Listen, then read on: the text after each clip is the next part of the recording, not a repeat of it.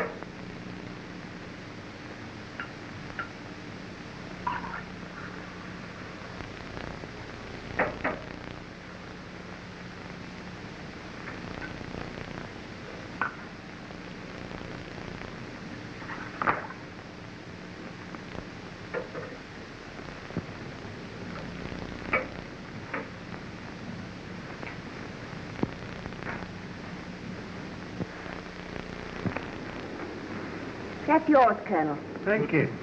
Mr. Fisher, another whiskey. Thank you. You can get me one, Kathleen. Then come and sit by me to change my luck. Oh, stop talking. I'm trying to play this hand. The sort of hands you hold play themselves. Eh, Colonel Henslow? Ronnie holds the most amazing cards. The rest are mine. I suppose because I'm your brother, Kathleen, I can't have a drink. That's right. 4 spades. Yes, there was a bad effort on my part. I just played a Dr. Watson is here, miss. He says he won't disturb the bridge. Thank you, Master. Tell him I'll be with him in a moment. Thank you. Well, the king is here. Put him to me. Yes, dummy, of course. You had the opportunity of coming in today. Now, what about honors? 4 in one hand and 1 in the dummy, that's 81. Excuse me, sir. This was on the floor. Thanks.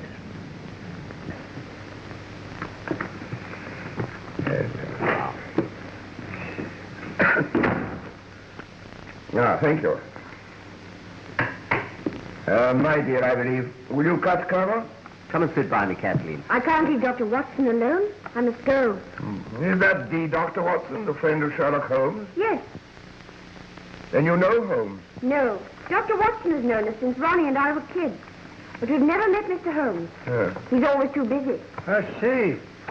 I've got 2 aces of spades. But we've used this pack before. Oh, I know. Marston found one on the floor. Yes, but how could he? And it must have dropped out here.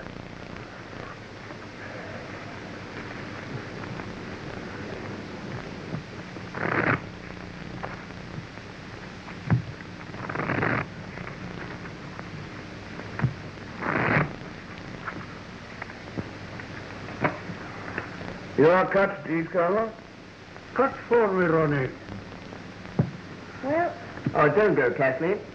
I'll come and say good night to you all before I go to bed. I expect you'll all be at it till 3. Now, don't get up. I hope you all win.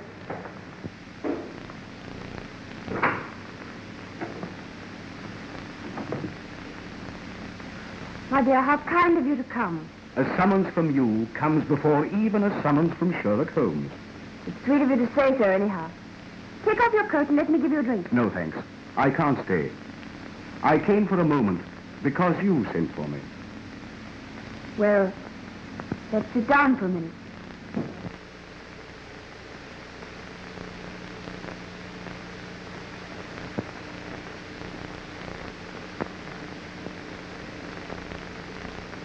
Has Ronnie got another bilious attack? No. It's nothing, really. I'm a bit worried. Kathleen, dear, won't you confide in me? It's about Ronnie. This gambling. You know, 6 months ago, we hadn't a shilling. You mean when your trustee absconded and shot himself? Yes. We were going to leave here. Ronnie was going to give up the diplomatic service. And then he began to play bridge for high stakes. But I always understood he was an exceedingly fine player. He is. But you can't always win. What do you mean? Always. Sometimes it's £20, sometimes 500. But he never loses. It looks as if... Oh, I can't say it. It's impossible. Ronnie isn't capable of such a thing. But I would like to be sure. How can one make sure? Well, I really don't know. I'll ask Holmes. Oh, no. He might arrest Ronnie. Oh, of course he wouldn't. But he might frighten him into giving up cards. I never thought of that. Yes. Do ask him to do something. I'll come round and see him in the morning, may I? Well, I don't know. Yes, I may. You'll make him see me, won't you? He thinks an awful lot of you. But I don't think I need waste time. It's a grand slam. I make 7 spades, 3 diamonds, 2 hearts, and the ace of clubs. That's right. Another big rubber. Well, that just about cleans me up. I make the difference. 1,600 points. You add up very quickly. Quite a mathematician, eh? How much is that? 160 pounds. Well, I've lost both rubbers, and so I owe you 255 pounds. We settle up at the end. This is the end. My wife is not very well, and I promised to go home early. Well, if you must, you must. Yes, I'm sorry to spoil your evening, but perhaps you can get Miss Adair to make up a for. Kathleen plays a game that resembles hockey more than bridge. Still, if you're determined, we'll see you Monday. I'm afraid I shan't be able. I have to go out of town on important business, and I don't know when I shall be back. Then it's no use trying to fix another evening. I'm afraid not. Let me know when you're back. Good night. And thanks very much. I didn't know Sir Timothy played bridge. Sir Timothy? Yes. Timothy Frobisher. He's the 4th. You know, one can't work long with Sherlock Holmes without picking up some of his tricks of observation and deduction. What makes you think he's here? His initials. T.F. Timothy Frobisher. Elementary, my dear Kathleen, elementary. And then there are further indications. The owner of this hat is immensely tall. You see, he's bruised the top edge here, probably going through a door. Excuse me, may I have my hat? Yours? Certainly. My initials are inside. T.F. Thomas Fisher. Oh, I beg your pardon. You're not going? Yes, my wife is not very well, and I promised to get home early. Oh, I am sorry. I think I'll go too.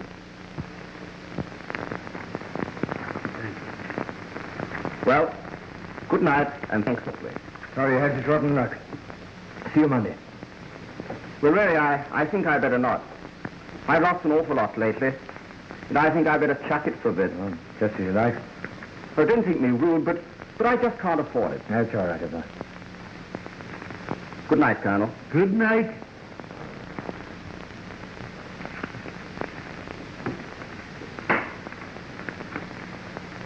Well, have you to have a sick wife and a business appointment? No. A whiskey and soda. I'm sorry. Still, it is rather rotten. I don't see why. Fisher, being a millionaire, naturally loses his temper when he loses sixpence. And Tony Rutherford is broke. And you think that's all? What else? Oh, nothing, of course. You can always get another 4. Then you'll continue to come. With pleasure. I'm not afraid of losing sixpence. And I'm lucky. I often cut with you.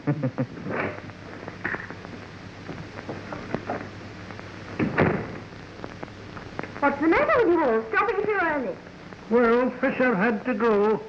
And for once in my life, I'm going to have an early night. Then I'll see you out. Good night, Ronnie. Good night, Colonel.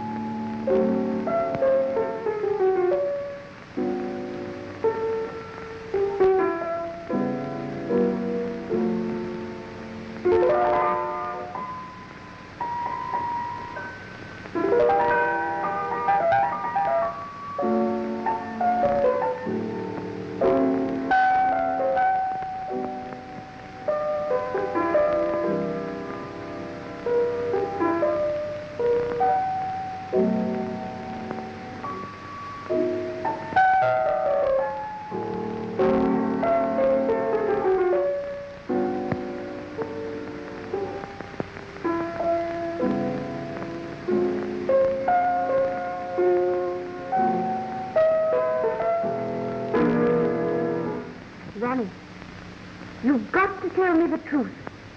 The truth? What do you mean?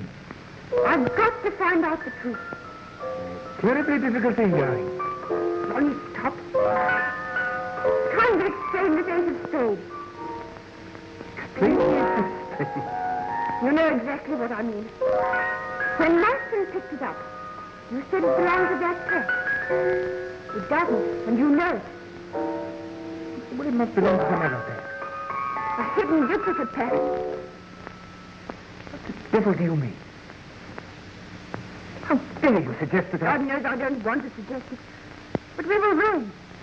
Then you started playing bridge for high Look stakes. here, Kathleen. We've always been the best of pals. But if you're going to say things like that, Don't you see everything points to it? Oh, I don't believe it. I won't believe it. If I did, I'd rather put a bullet through your head than earn a brotherhood. Yes, Master? Excuse me, sir. A note from the Foreign Office.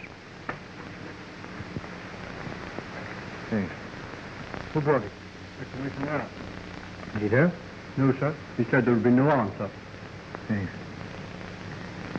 Shall you want anything else, sir? Not tonight, Marston. I shall want breakfast a bit earlier. The foreign craft means 9:30. Very good, sir. Good night, please. Good night, Marston. Good night, sir. Good night. Anything serious? Well, if you must know, they want me to go and see some German fellow in Hampstead who'll tell me some official secret which was probably published in last night's paper. Don't go, Ronnie. I've got to have this out with you. I can't believe. Ronnie.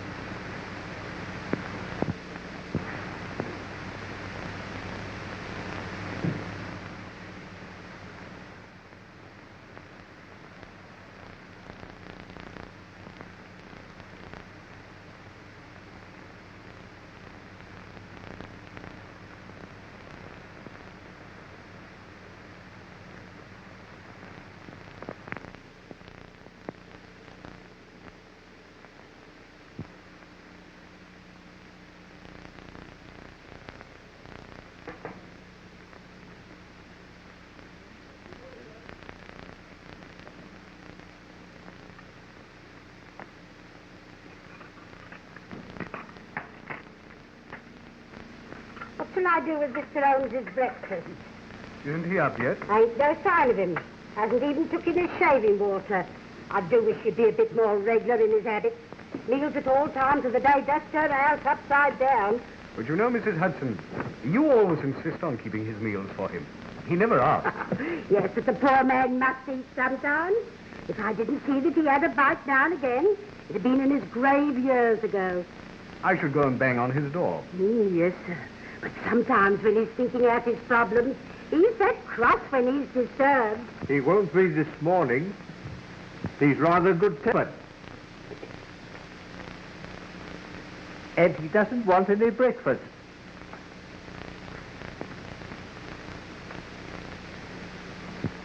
No, Mr. Holmes, you did give me a turn.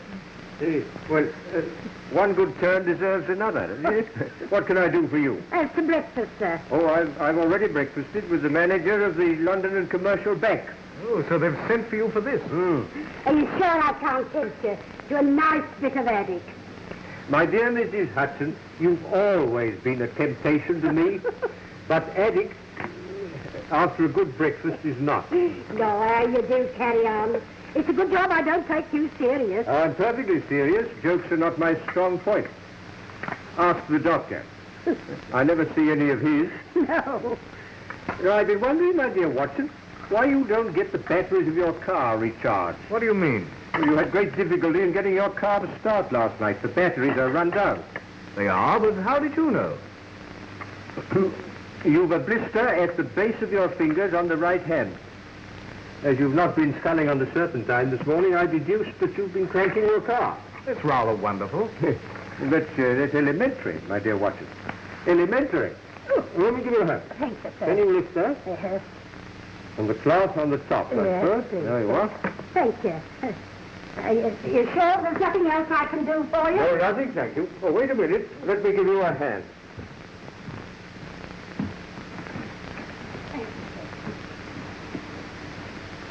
Why have they sent for you about this? It's perfectly simple. A man tries to burgle a bank, is disturbed, kills the watchman and runs away. I find it very interesting.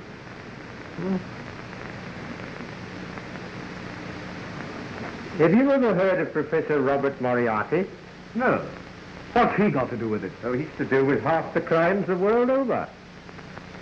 He started as a mathematical professor, but ugly rumors gathered round him, and he resigned.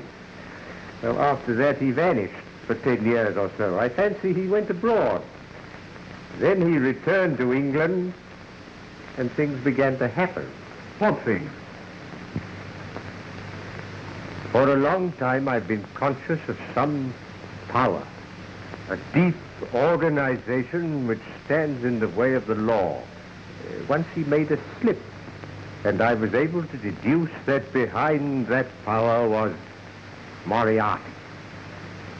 But he recovered himself, and I could prove nothing.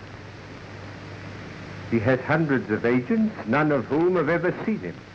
Sometimes an agent is caught. But the man who plans most of the crimes that are committed is never caught, never even suspected. He knows that I know of his activity. He also knows that up to now, I've been unable to reach him. And you think he's connected with this bank murder? I think it highly probable. Yes? Yes, come in. Inspector Lestrade to see you, Oh, sir. Lestrade. Anything fresh? No, Mr. Holmes? Sit down, Lestrade. Thank you. I just came in to get that piece of brown paper. Oh, yes, this little piece. You mean, I should like to keep it a little longer, if I may. I haven't yet decided what the rest of the label is. Well, I don't see how you ever can. It's just an ordinary shopkeeper's label. There's not enough of it to tell us anything. Well, I disagree, my dear Lestrade. But then, you and I so often disagree. Oh, come, Mr. Holmes. I've a great respect for your theories. It's only when you begin about this Professor Moriarty. Yeah, you don't believe in him. I ask you, is it possible for a man to plan half the crime in this country without the Yard knowing who he is, where he lives, or anything about it? It does seem rather strange. I mean, the man can't live nowhere, never be seen by anyone. Of course. Well, lots of people know him, but they don't know that he's Moriarty. You yourself may know him. Jokes are not your strong point, Holmes. No, I'm perfectly serious. He has 100 disguises and 100 aliases. And I'm pretty certain he had a hand in this bank robbery. But it wasn't a robbery. The thief got nothing. He broke into the bank and... Have you ever tried to break into a bank, Lister? Me? No, I thought not. But do you seriously think it's possible for one man to break into a bank without using anything short of dynamite? There were no signs of a forced entry. Which might point to the fact of his having an accomplice. Or even two. He got inside. Which doesn't necessarily mean you're professor. The man was interrupted by the watchman, killed him, got frightened and bolted. And yet, inside the safe, we found this piece of brown paper. 3 people swear it was not there when the safe was shut last night. Then he was inside when he was disturbed. Or before he went inside. He had this paper wrapped round something. You'll observe that this end here is slightly torn and there is a blood stain on it. I therefore deduce that the struggle with the watchman took place first, and he then took his parcel into the safe. Oh, it won't work, Mr. Holmes. It won't work. There was £70,000 of note in the vault. Not one of them is missing. How true. How true. But if you remember, a fortnight ago, an almost similar thing occurred in Berlin. In Berlin? Yes. You should read your Berliner Tageblatt, my dear Leslie. The strong room of the Reichsbank was entered. The watchman was laid out, happily not killed, and nothing was removed. Very strange, Mr. Holmes. Very strange indeed. It looks almost as if there was a connection. I should like time to think it out a bit. When can I have that piece of brown paper? I'll let you have it this evening. In the meantime, would you be good enough to warn all foreign customs officials to be on the lookout for a very large quantity of English bank notes which will be smuggled through in ordinary luggage? What do you think? I think it would be a wise precaution. Very good, Mr. Holmes. I'll get back to the yard now and put the matter in hand. Good morning, gentlemen.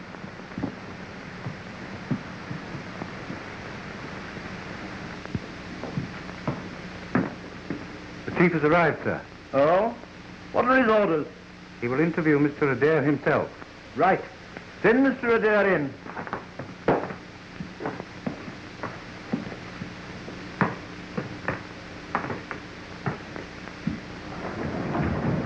What the devil's the meaning of this?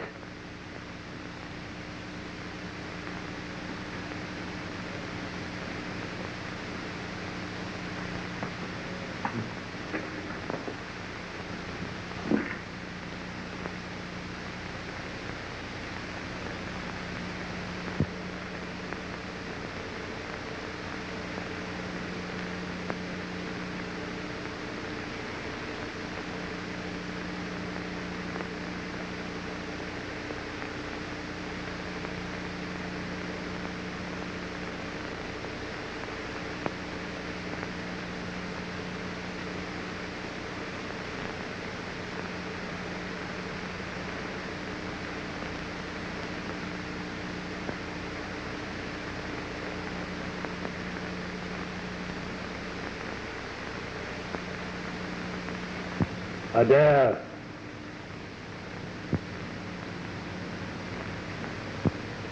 Adair. My God, am I drunk or what? I hope not at 10 o'clock in the morning. What's all this about? I was seized in a car, blindfolded, and driven half around London. I apologize for that. It was just a slight precaution. And you must forgive me concealing my identity behind the Sleeping Cardinal. Please sit down.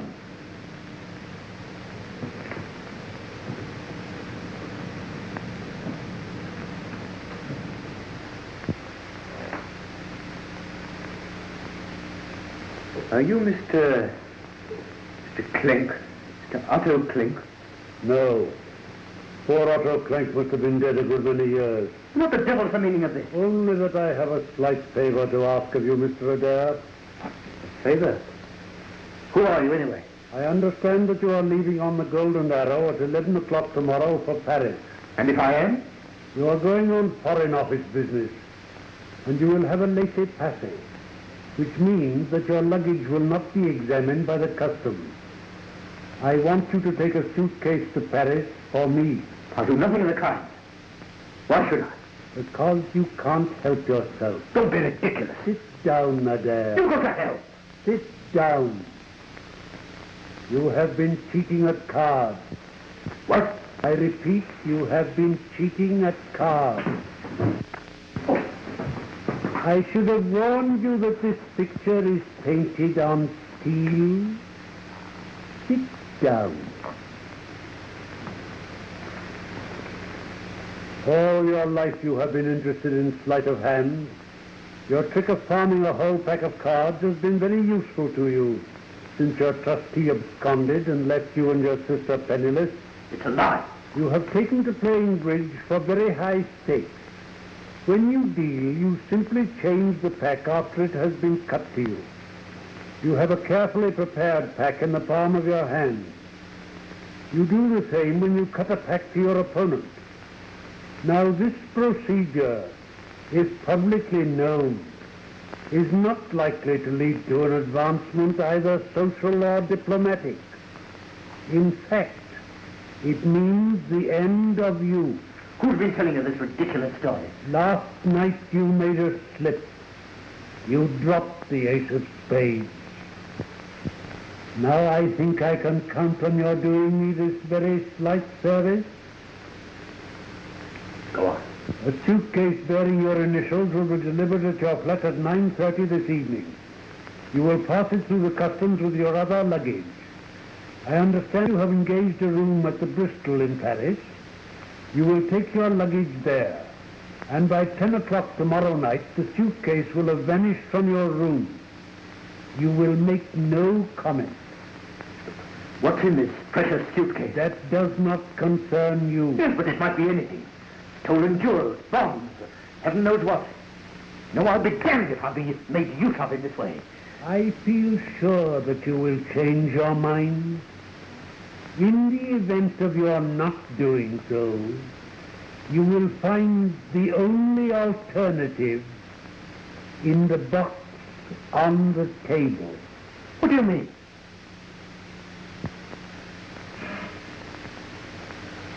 Here. Come back, whoever you are. What do you mean?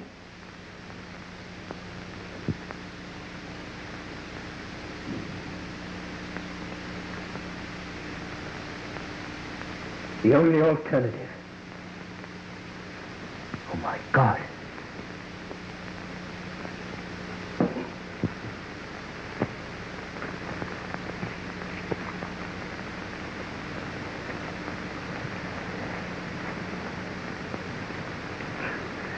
What are you trying to do? I'm trying to see how many Bank of England notes will go into a parcel of this size. You see, my dear Watson, that this note should fit into these creases. There you are, as I thought exactly. Yes. Were you busy this morning, Watson? No, I kept the morning free. I rather hoped you'd see Kathleen Adair. She's due here now. I sent her a note on the way home from the bank. Oh, that's very kind of you. But then you'll have a talk to Ronnie. No, I want to talk about it. He's in the diplomatic service, isn't he? Yes. And what's that got to do with it? What's what got to do with what, Watson? Come in. Mr. Dare to see you, sir. How wonderful of you to have managed it. It's terribly kind of you to see me. Not at all. Won't you sit down?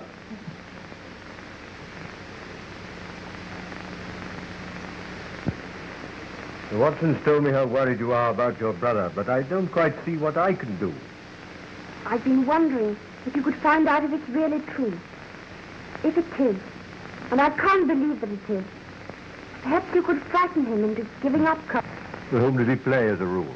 Well, last night there was Tony Rutherford, old Mr. Fisher. What, Thomas Fisher, the millionaire? Yes, and Colonel Henslow, an old friend of ours. Mm-hmm. Fisher. I wonder...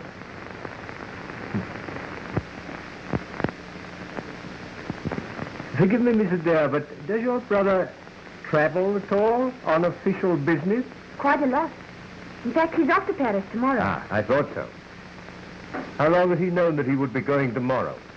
3 or 4 days, I think. Where is your brother at the moment? I don't know. At the Foreign Office by now, I should think. He went out early this morning. They sent a car for him. Oh, do you happen to know where he had to go? I think he said Hampstead. I know it wasn't far. He should be back at the office by now. Yes.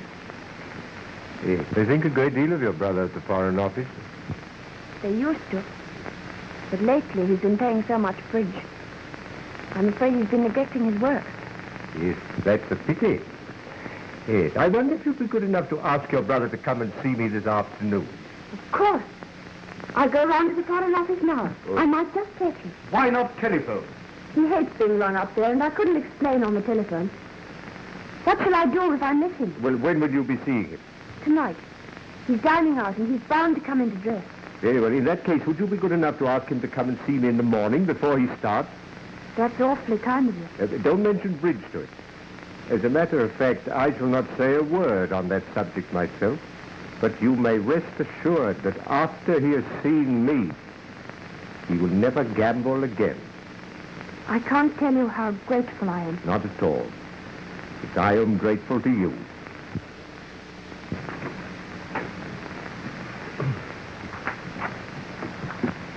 Goodbye. Watson? Yes?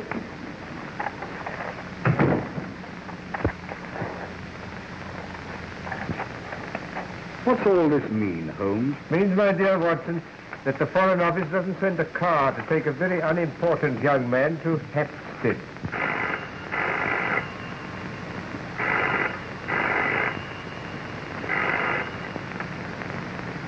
Hello? Hello? Yes, speaking. Who's that? Mrs. Smith. I seem to know that name. Mrs. Annie Smith. Oh, Mrs. Talboys put you on to me. I don't think I know a Mrs. Talboys. Huh? No, you're quite right. It doesn't matter. Well, you think it's appendicitis? Oh, what's the address? Would you mind taking this down, Holmes? 1006 Pentonville Road. Yes. Yes, I'll come at once. I'll take a taxi. Goodbye. Here's the address. I've added a note which I want you to read when you've found the taxi. What's it about? Well, you read it when you've found the taxi. I hope your friend, Mrs. Talboy's friend, is not as bad as she thinks.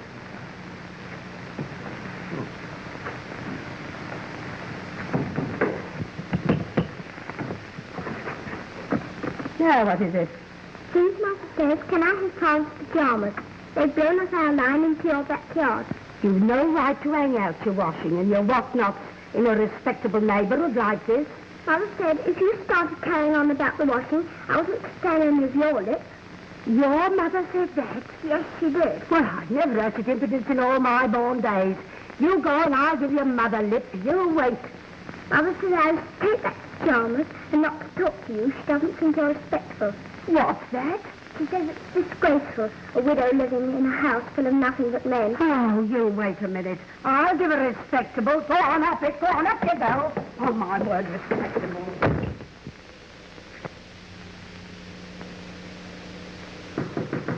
Yes? Come in. Hello. Yes? Sir, Hmm? I'm just going to step round to that Mrs. Clinton. There's a few things I want to say to her. Yes, Mrs. Hudson.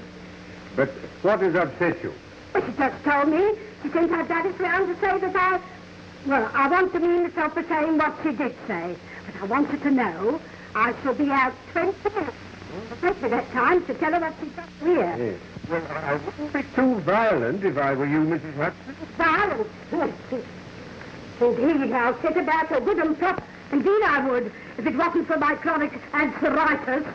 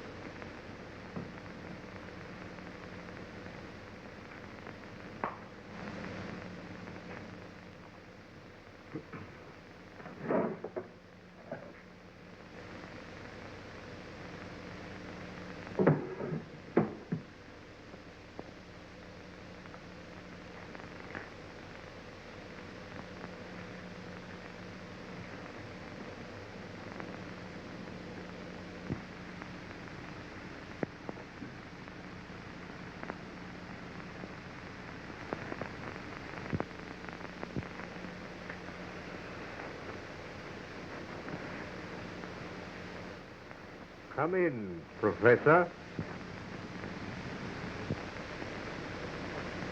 You think you know me, Mr. Holmes? Why not? You called upon me once before. On that occasion, your face was completely covered with surgical bandages. But your arrival coincided with the same removal of Watson and Mrs. Hudson. You were a little more original in your methods last time. Today, I recognize the symptoms. I was expecting you, Moriarty. How clever are you, Holmes? Won't you take off your scarf, Professor? Perhaps you're right.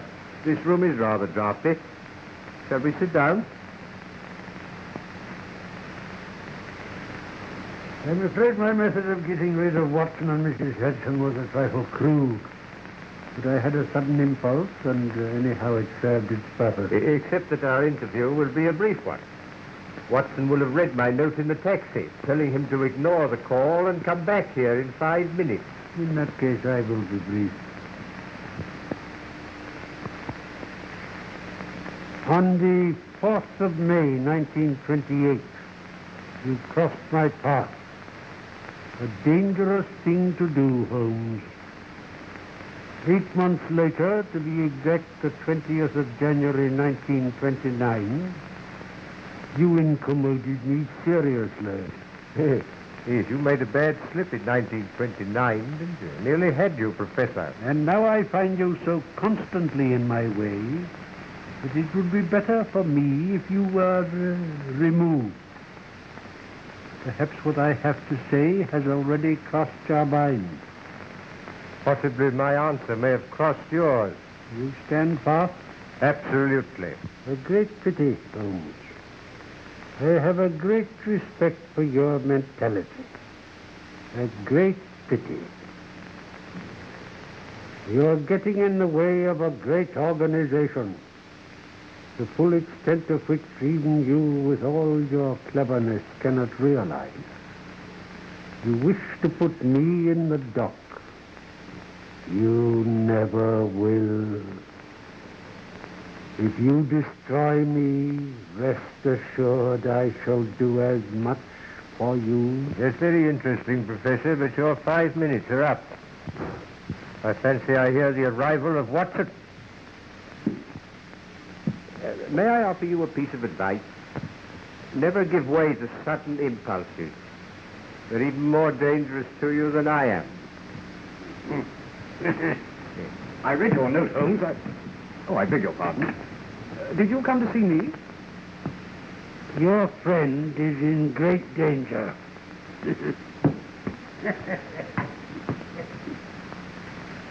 Great danger.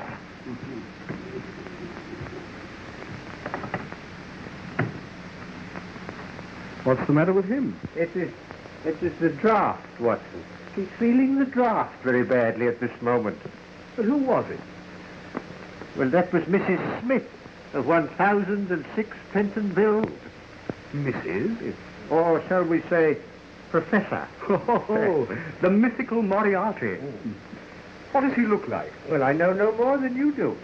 Except that the first molar in the left side of the upper jaw is very badly filled with gold. Have you a mathematical mind, Watson? I think so, fairly. Ah. Well, never give way to sudden impulses. They're not good for mathematicians. Moriarty has made the worst slip he's made since January 1929. You mean you think you found out how to get him? No. No, I found out where he gets his boots. I wish you'd be serious. The professor's boots are made by Mr. J.J. Godfrey, bootmaker. Here we are. 502 Pont Street, Southwest 1. Godfrey, Pont Street? Yes. But that's where I have mine made. You do surprise me. But Godfrey's a perfectly respectable tradesman with a high-class clientele. Well, obviously. Obviously, you and Moriarty. You share a bootmaker with the professor. And for all I know, he may be a great friend of yours. Oh, really?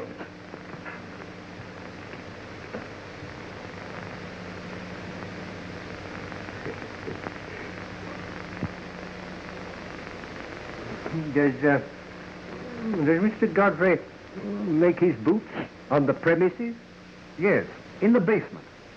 He showed me over his workshop once. Yes. I think I'd like to see over that workshop. We'll arrange with Lestrade to call there about 8 o'clock tonight. But how can it possibly matter where Moriarty buys his boots? Only that this piece of brown paper, which was found in the strong room of the bank, bears a piece of the label of Mr. J.J. Godfrey, bootmaker. Holmes, you're marvelous. Oh, elementary, my dear Watson. Elementary.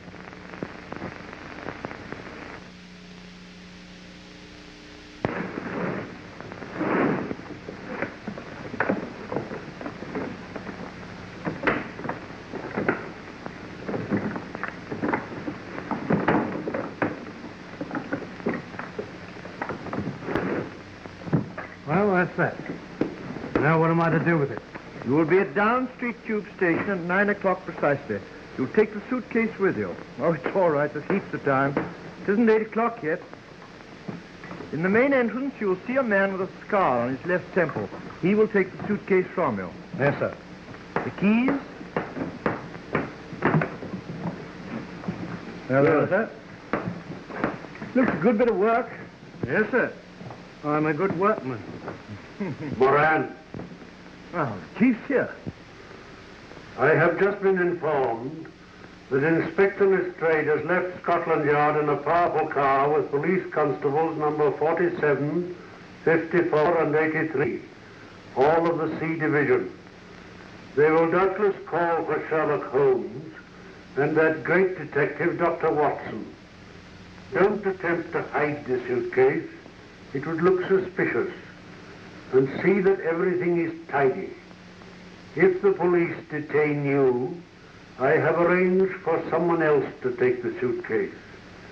Don't talk, and then come in here, Moran. You heard? Yes, sir.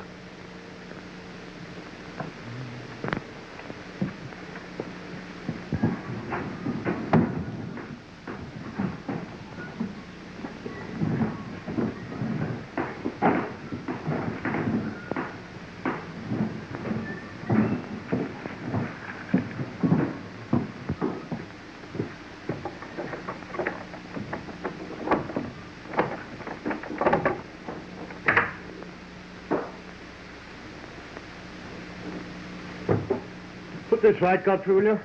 All right, sir.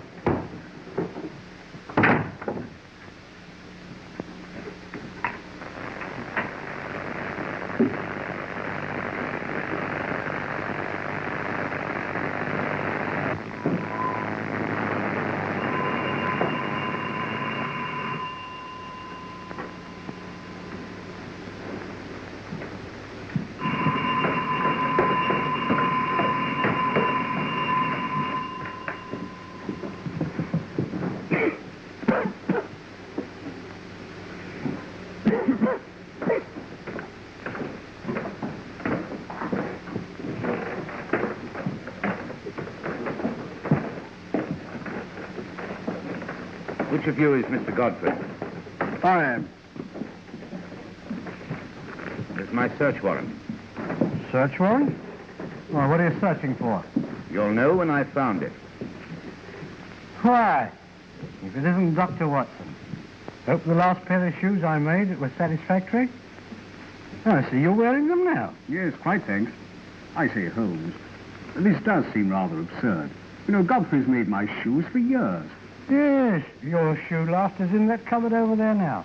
Over there? Yes. I'll go and find it. I suppose, Godfrey, you know what we've come for. I haven't the slightest idea.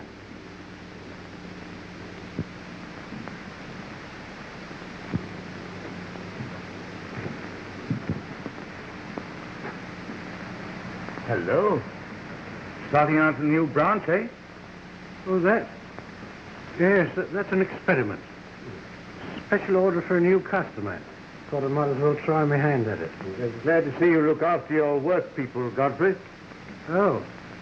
Well, we've only got 3 of them. There's Roberts and Williams and his brother here. Yeah. Well, you look after them. The place is properly ventilated. Ventilated? Oh, that. Yes, sir. Yes.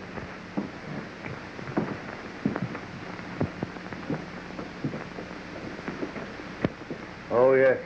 A ventilator.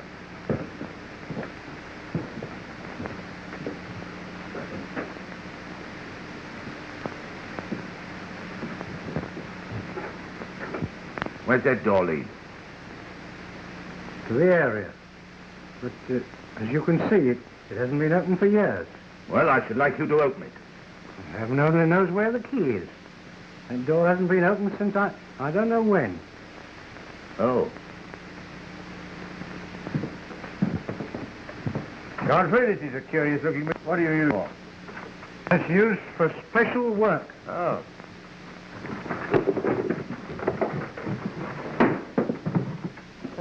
So, you wanted to know what I was looking for, Godfrey. Well, you know now. I was looking for a press that made perfect Bank of England notes. Take them all away.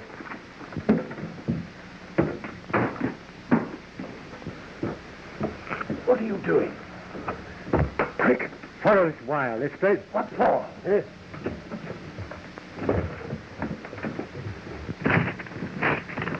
Oh, quick, Lestrade. Help me get this door down.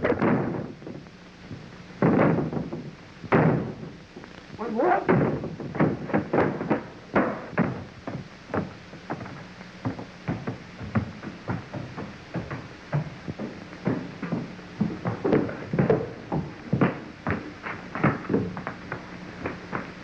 Watson. Damn.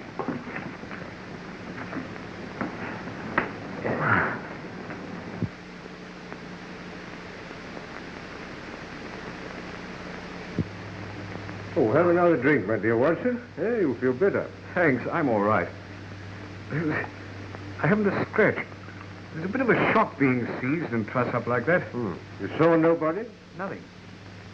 I was standing in the cupboard, and the shelves swung round. I was seized from behind and blindfolded. Well, anyway, we've done a good night's work. My theory of the bank robbery is proving correct. But what is your finding a forger's outfit in a bootmaker's basement got to do with a bank robbery, which wasn't a robbery at all? Well, I'll try to explain. Within a fortnight, the strong rooms of 2 banks are entered by unauthorized persons and nothing is removed. But in each case, something is taken into the strong room. In the case of the Reichsbank, a cardboard box. In the case of the commercial, a piece of brown paper. Well, they wanted to take the notes away in them. The brown paper had been creased and folded round something. Well? Mr. Godfrey's printing press makes perfect Bank of England notes. Now, supposing they have an accomplice who gives them the numbers of the notes in stock. They make duplicates. Probably perfect duplicates if my friend Moriarty has anything to do with it. They change these for the real ones. Now, the forgeries have to arrive at the bank uncreased and spotless. Hence the brown paper. The real ones can be taken away anyhow, stuffed in the pockets, anything. And the paper discarded. The robbery will not be discovered until 2 notes of the same number arrive at the Bank of England. And the longer that event is postponed, the better. So what does my learned friend do? Well, holds them up. No, my dear Watson, no. It's no use having £70,000 worth of notes if you don't use them. Well, then he must start circulating. Or send them abroad. Oh, no. Well, that sounds difficult. You see, customs officials might ask questions if they opened a trunk full of Bank of England notes. Yeah, how true, Watson, how true. Well, in any case, I don't feel I've been trussed up for nothing. It was worth it to find that printing press. The printing press, my dear Watson, was valuable to get your friend Mr. Godfrey a term of penal servitude. But the really important discovery was the suitcase. Suitcase? Yes. You probably didn't observe that on the lid were the initials R.A. I didn't, but what does that signify? Ronald Adair is leaving tomorrow morning for Paris on Foreign Office business. He will have a diplomatic passport and a laissez-passer, which means that his luggage will not be examined. But, well, you can't connect him with... Good heavens, you don't think he's one of the gang? Supposing Moriarty were to threaten to expose his bridge exploits. How should Moriarty know? Well, how do I know things? What time is it, Watson? It's 11:15. Oh, well, I wonder if we could get hold of Adair now. Oh, I forgot to tell you. Miss Adair sent a message to say that she'd missed her brother at the Foreign Office and that she'd sent him round in the morning. Well, will you ring up now, Watson, will you, and see if we can get hold of him right away? Yes, certainly. If I'm right, that young man is the one weak spot in Moriarty's armor. If I can get hold of him, Moriarty's wrong. He will stand in the dock tomorrow, and not long after on the gallows.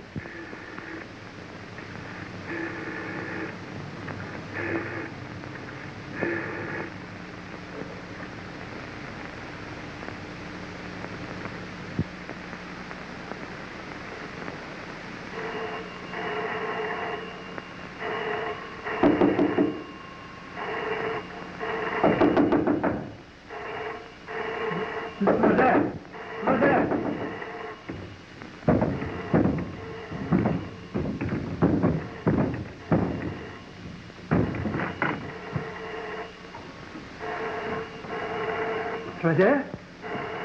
Mr. Adair!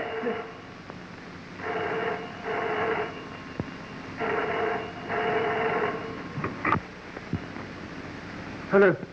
Yes. You can't, sir. You can't. He's killed. Yes, I've just found him shot through the head. Is it usual for you to go to bed as early as 10 o'clock? Yes, sir. When there's no company. And you heard nothing at all? No, sir. You see, our bedrooms are all at the back of the building. Completely cut off from the rest of the flat. I see. Yes, sir. Thank you. Would you send a butler to me? Yes, sir. You can go too. But surely, Lestrade, considering what I've told you about the bridge party, it was obviously a case of suicide. Then where is the revolver? Well, he must have thrown it out of a window. Well, the bullet didn't penetrate the brain. He may have been conscious for a few seconds after the shot. And his fireplace shows that he'd been burning his correspondence. A good deal of correspondence. Then what about the letter he was writing? I can't make that out. The Sleeping Cardinal forced me to... I can't think what it means. Oh, Mr. Holmes. Would you care to examine the servants? The cook and the housemaid neither saw nor heard anything. No, Lestrade. No. You carry on. No, I'll just amuse myself. We found this on the table in front of him. The Sleeping Cardinal. The Sleeping Cardinal, now. Where have I heard that name before?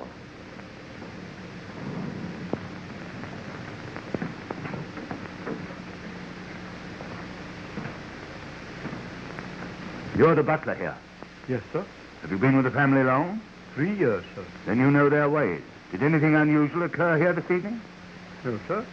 Miss Adair dined alone at home, and Mr. Adair came in at 9:15 with Colonel Henslow. Who is Colonel Henslow? Oh, he's an old friend of the family. He knew Ronnie Adair's father in India. Sir Henry Adair was Governor General of Bengal, you know.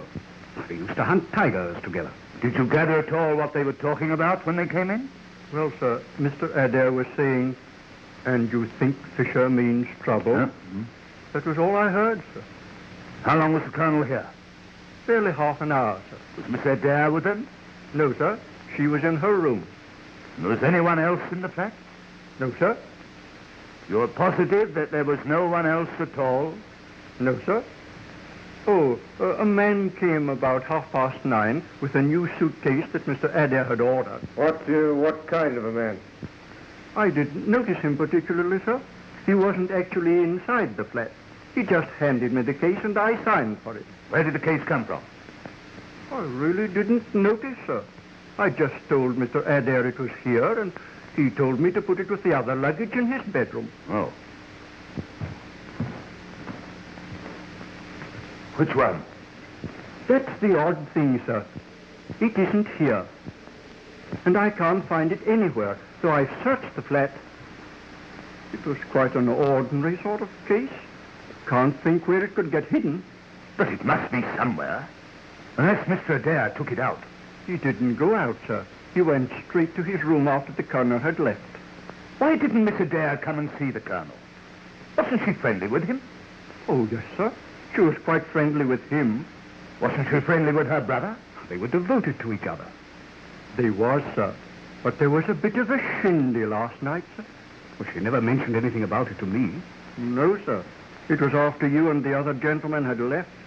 I can't think it was a serious quarrel. I beg pardon, sir. It was. I brought in a note for Mr. Adair, and I don't think they heard me come in. What were they saying? Well, sir, Miss Adair was very excited, and she said, I'd rather put a bullet through your head than own a brother who... And then she saw me and stopped. Directly afterwards, Mr. Adair left the room. And tonight, how did you know he'd been killed? The phone bell was ringing in this room, which was locked, and I got no answer to my knocking. What did you do? I broke down the door. And then I found Mr. Adair in that chair, lying across the table, dead, and the window open. How long had he been in his room? About half an hour, sir. And you heard nothing? Not a sound, sir. And I was in my pantry, which is on this side of the flat. Thank you, Marston. Would you ask Mr. Dare to come here? Yes. I think if I were you, I should see Colonel Henslow first. I understand he's with Miss Adair. And after all, he was the last person to see Adair alive. Yes. Will you ask the Colonel to come here? Very good, sir.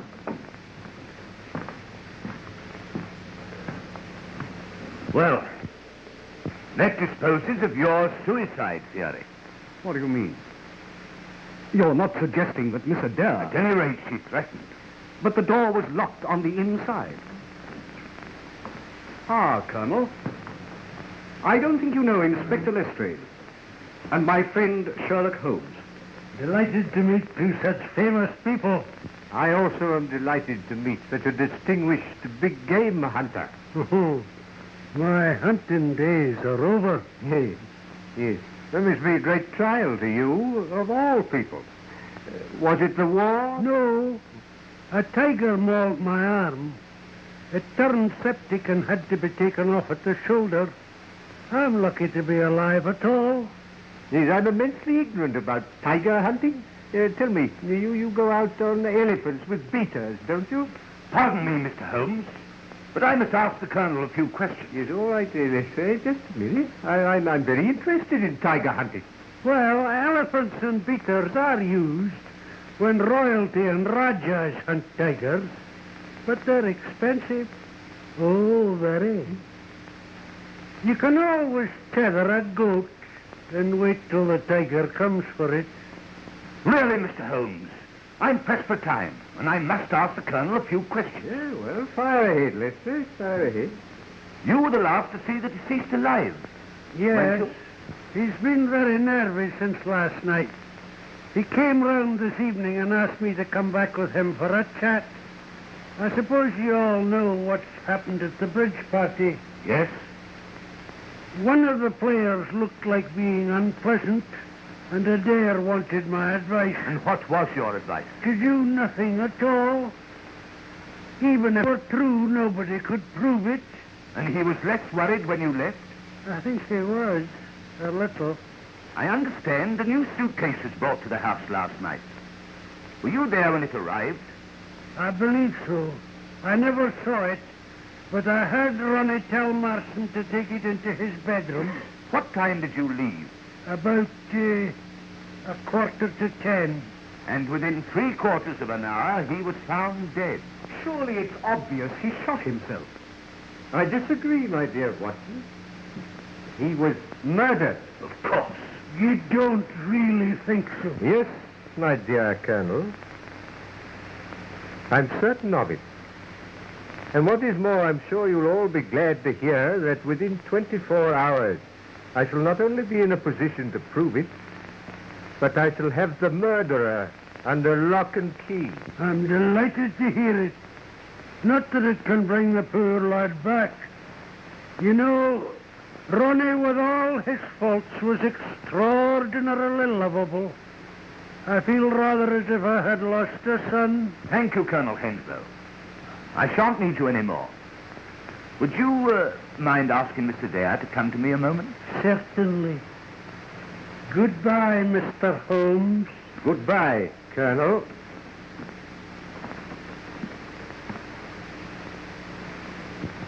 I'm sorry I interrupted you, Mr. Holmes, but you seem so interested in tigers, I thought you were never going to stop. They interest me. The stark ferocity, the cold cruelty. Very human beings are like tigers, you know. Now I suppose you're back to your Moriarty theory. You're not going to try and tell me that this is his handiwork? Well, who knows? That man has become an obsession with him. He is. He is. Mr. Dare, I want to offer you my very sincere sympathy. It was a ghastly shock to me. I can imagine what it must have been to you. I won't keep you a minute, Mr. Dare. Won't you sit down?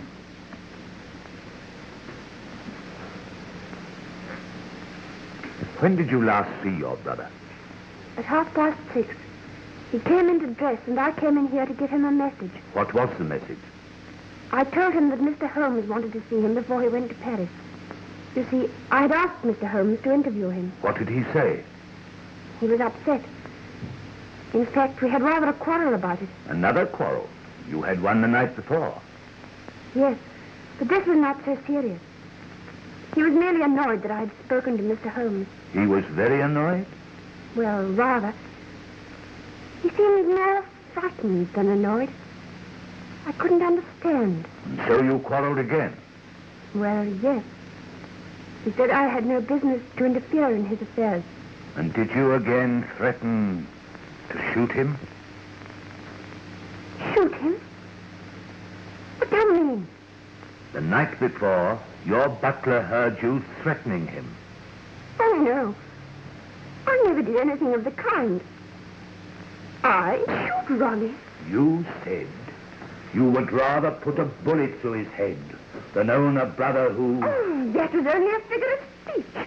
I was A accusing him of most something. unfortunate figure of speech, considering that within 24 hours he was found with a bullet through his head. But you don't think that No, I... miss. But I must ask you to come along with me after I've finished my investigation. I say, Lestrade, this is grotesque. Holmes, listen. Here's Lestrade suggesting that Mr. Dare... No, Dr. Watson, I didn't. All I want is her to come along and make a statement. I'm sure Mr. Dare will be delighted to go with you, Lestrade. It is quite a warm night. Anything you say, of course. Thanks, miss. I shall be ready in a minute. Then I'll go and put on my things. If you have no more questions. No, nothing else, thanks.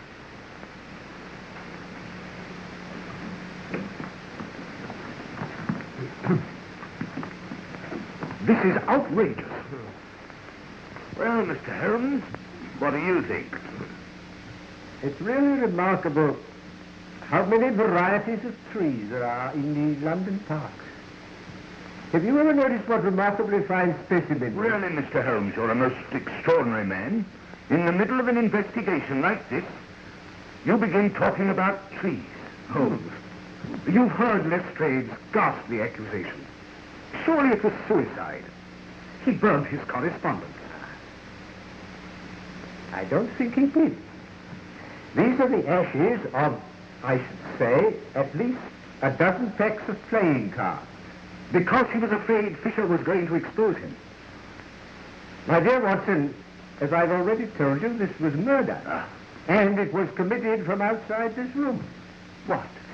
Shot through the keyhole? Ronald Adair burnt those playing cards, and they caused a great deal of smoke. He opened the window and sat down to write that confession. And the moment he sat down, he was shot from outside. But how? From this height, you can hardly see the street. He would have had to have been hanging out of the window. And he wasn't. He was sitting in that chair. And you're suggesting that somebody stood in the middle of Park Lane between 10 and half past and fired a rifle? It would have had to have been a rifle to carry as far as this. And that nobody saw or heard anything, though there must have been hundreds of passers-by. Passers-by there undoubtedly were. But as you've doubtless already ascertained, there were no police about. I beg your pardon, Mr. Holmes. There are always police about. There were a couple on point duty at Turnip Gate. I find on inquiry that 3 separate disturbances occurred at precisely 10:15 in this neighborhood tonight.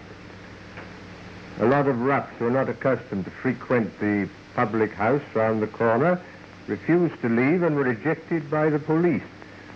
A young woman drove a car into a lorry about 100 yards up the road, and there was a false alarm of fire in Harford Street. It's curious that all these things should have been absolutely simultaneous. But even supposing the police were occupied, you can't stand and fire a rifle into a Park Lane window without somebody having seen and heard something. How true. Do you know a hornbeam when you see one? A hornbeam? There are some remarkably fine specimens in the park. What is a hornbeam? The Latin name is carpinus. They're common in the temperate zones of Asia and some parts of southern England. It looks like a beech, but it isn't.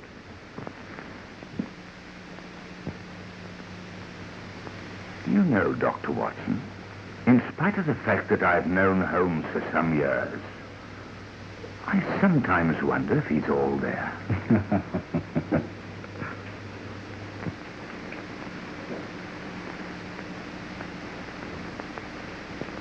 Put this in your mouth for a few minutes. Whatever for? I don't think you're at all well. Oh, nonsense, my dear Watson, nonsense. I'm in the very best of health, in spite of a couple of nasty shocks. When did you have a shock? Well, I said 2. During the stroll I took this afternoon, I was just going to cross the Marylebone Road. The policeman on point duty was holding up the traffic, when a 2-horse van, apparently out of control, whizzed round the corner and was on me in a flash. I sprang to the pavement and saved myself by the fraction of a second. Good heavens. Yes. 10 minutes later, a brick fell from the roof of a house. It was shattered at my feet. They were repairing the roof at the time, but the police proved it was an accident. I know better. Oh, very nasty indeed. But these things happened this afternoon. I was worrying about you in the early hours of the morning. What did I do? Do? In the middle of a terribly serious conversation, you started talking about trees in the park and the difference between a hornbeam and a beech, altogether disconnected. And I thought a little delirious. Yes, I did ramble a bit, didn't I? And I'm sorry you made what Lestrade called a bombastic statement. That within 24 hours, 12 of which, by the way, have already gone, you would have the murderer. No, it wasn't at all like you, Holmes. No, it did look as if I were very ill, didn't it? It gives Lestrade such a chance to crow. He thinks he's done a frightful lot and you nothing. He's disposed of my suicide theory and made an arrest. Who? I wonder he hasn't arrested you or Mrs. Hudson. And he never stops talking about this mythical Moriarty. Now listen, my dear Watson. I have established to my own satisfaction that in both the Reichsbank and the commercial bank cases, forged notes were substituted for real ones. No? I have also established to my own satisfaction, and through the missing suitcase, that Ronald Adair was to have taken those English notes to Paris.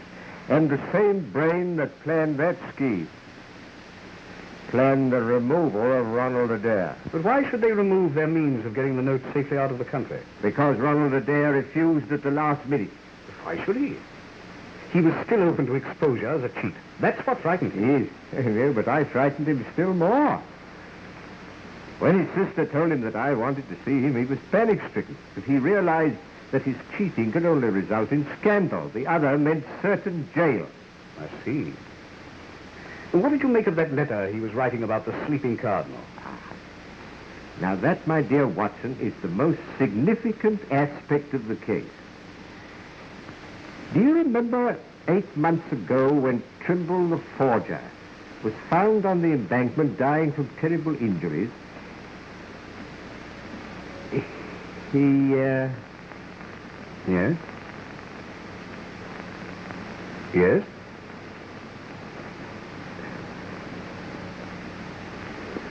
Yes. Now, we mustn't forget your appointment. Appointment? Yes, it's necessary for me to remain alone a little while. So you, my dear Watson, are going to Euston. Euston? Whatever for?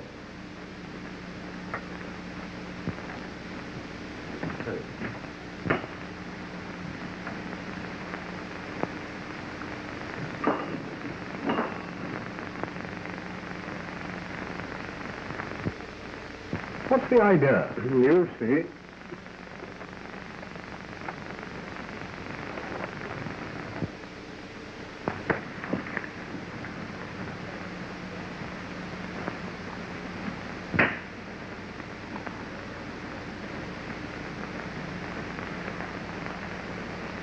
You're going to have a busy night.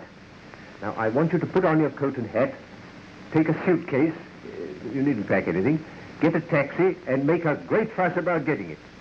Call Euston to the driver and tell him if he doesn't hurry, you'll miss the Scotch Express. The Scotch Express? Yes. You'll be followed.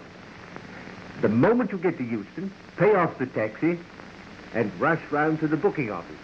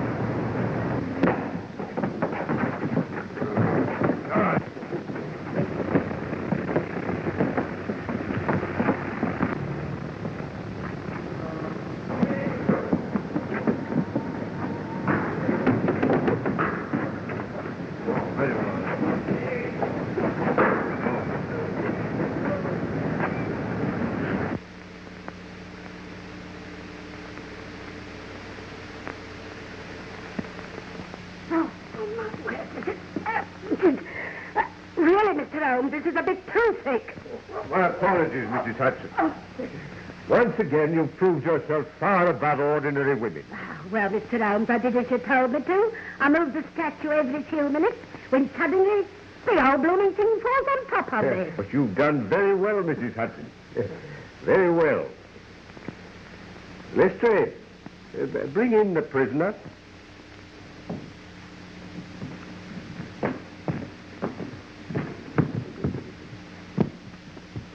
May I see that, Lestrade? Take that. That's an admirable and unique weapon. Absolutely noiseless and of tremendous power. Crikey. I knew Von Herder, the German mechanic who constructed it to the order of Professor Moriarty. I've known of its existence for some time, but I've never handled it before. Ah, Watson, I've just been murdered. Perhaps you'd like to see who my assailant is. As I thought.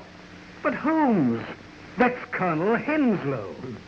And what are you charging me with? Why, for the attempted murder of Sherlock Holmes, of course. No, Lestrade. I shall not appear in this.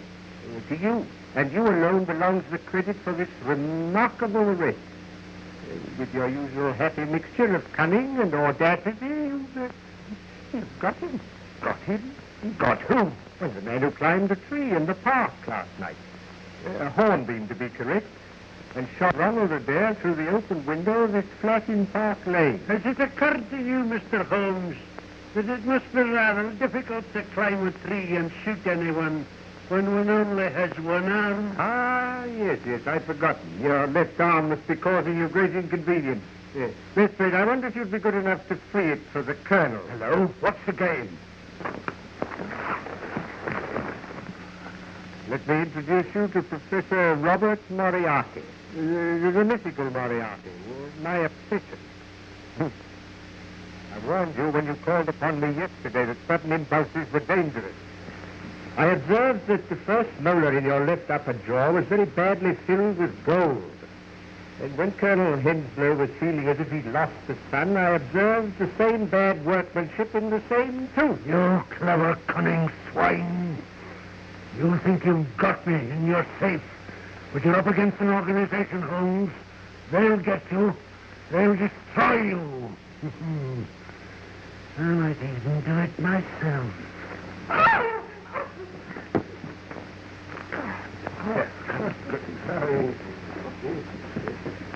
Take him to his feet, Lestrade. Yes. I think you'll find most of your organization waiting for you there. Also a brand new sealing £70,000 of good English banknotes. Take him away. We shall meet again, Mr. Holmes. And next time... Come on. You all right? I am, except my feelings and my tie, which is entirely disorganized. Well, we proved our Moriarty's theory, all right, Mr. Holmes. It's not easy to throw dust in your eyes, my dear Lestrade. Doesn't do to trifle with Scotland Yard. Quite true, Mr. Holmes. Quite true. Well, now, Watson, what about a drink? You'd like one, wouldn't you? Thanks. Lestrade?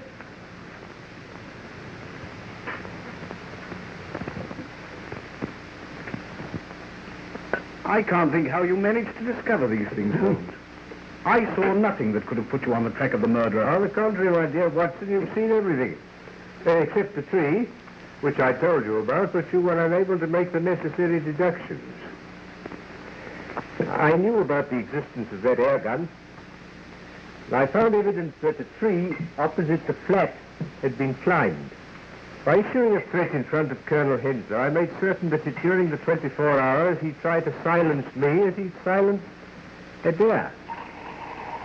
Hence your little trip to Euston, Watson, and my placing a bust of myself in the window, which Mrs. Hudson moved occasionally to make it appear lifelike. I knew that Moriarty couldn't resist such an opportunity. But what gave you the idea, Mr. Holmes? Colonel Henslow himself.